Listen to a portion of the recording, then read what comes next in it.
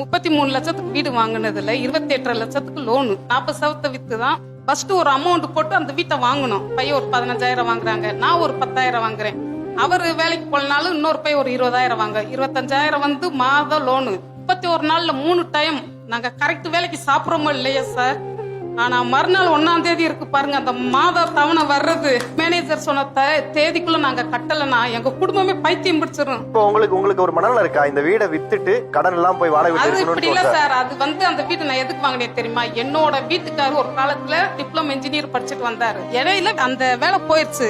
அவரை கீழ்த்தரமா பேச ஆரம்பிச்சுட்டாங்க. எல்லாம் சொன்னாங்க அவருக்காகவே எங்க நகை வித்து வாங்குங்க, 25,000 இஎம்ஐ தானே, நம்ம கட்டிக்கலான்னு பாத்துக்கலான்னு நம்ம வாங்கினதுதான். 15,000 ரூபாய் வாடகையில நல்லா இருந்தோம். இப்ப 40 லட்சத்துக்கு அந்த வீடு வாங்கினாலும் நம்ம வாடகையை விட மோசமா தான் இருக்கும். 30 வருஷத்துக்கு முன்னாடி உங்க வீட்டுல அந்த அண்ணன் டிப்ளமோ முடிச்சு நீங்க வந்து வேலைக்கு சேர்ந்து இன்னைக்கு வீடு வாங்கியிருக்கான்னு ஊர்ல பெருமையா இருக்கா இல்லையா உங்களுக்கு? பெருமை இருக்கு. அவ்வளவுதான், வேற என்ன வேணும்? நீங்க எல்லாரும் பேசும்போதுமே உங்க மூஞ்சில ஒரு கர்வம் இருக்கு, சொந்த வீடு இருக்குன்னு. எங்களுக்கு அது இல்லையா?